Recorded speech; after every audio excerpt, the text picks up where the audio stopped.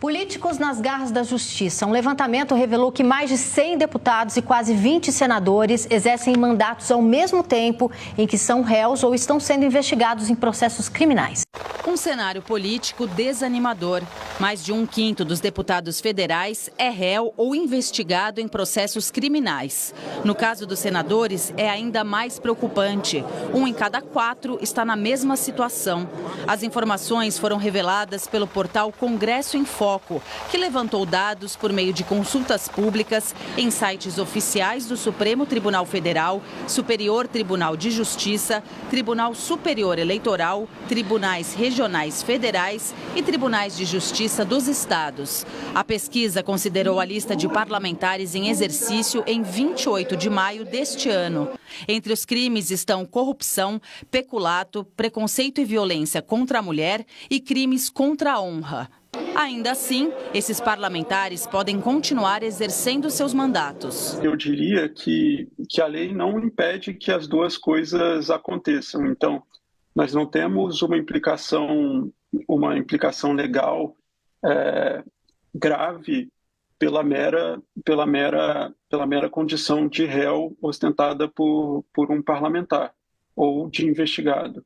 A consequência legal pode acontecer a partir do momento em que esses parlamentares eles sejam condenados. No âmbito eleitoral, a lei da ficha limpa impede que parlamentares concorram às eleições caso sejam condenados criminalmente. Já se forem julgados culpados enquanto exercem o cargo, a Casa Legislativa pode decidir pela cassação do mandato. Embora legalmente o fato de ser réu ou investigado não represente um problema, existe uma questão ética. Pela lei, você só pode punir quem corresponde exatamente ao tipo legal que está definido.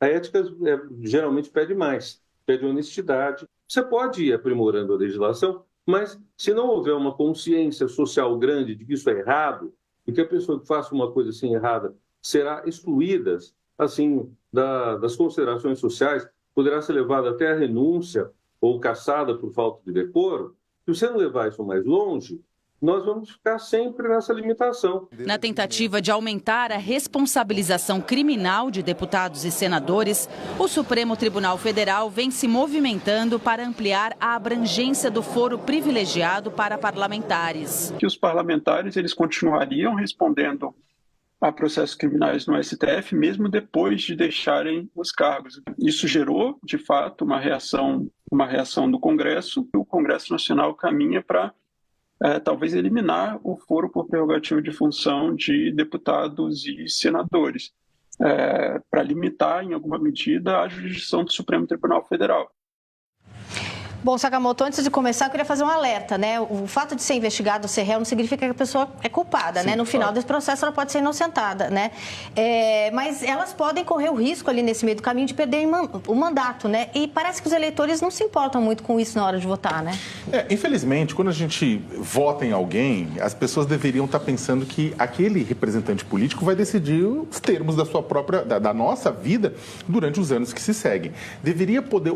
As pessoas deveriam, antes de votar por um deputado federal e para um senador, deveriam olhar com cuidado a ficha corrida dessas pessoas, ou o que eles são acusados, É claro que tem muita acusação ilegal. Só que vamos ver as acusações que estão listadas nessa matéria, que inclusive esse levantamento do Congresso em Foco. Fala até de violência doméstica. Violência doméstica é trabalho escravo. É trabalho escravo. Gente, não é que a pessoa deixou de pagar o FGTS, é trabalho escravo.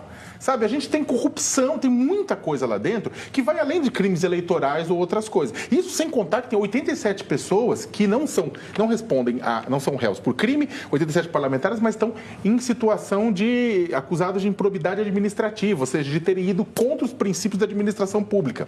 Tudo isso deveria ser levado em conta do eleitor. Trouxeram até coach picareta para vir tentar tumultuar a sessão, que eu espero muito, não sei se está aqui ainda o coach picareta, está ali.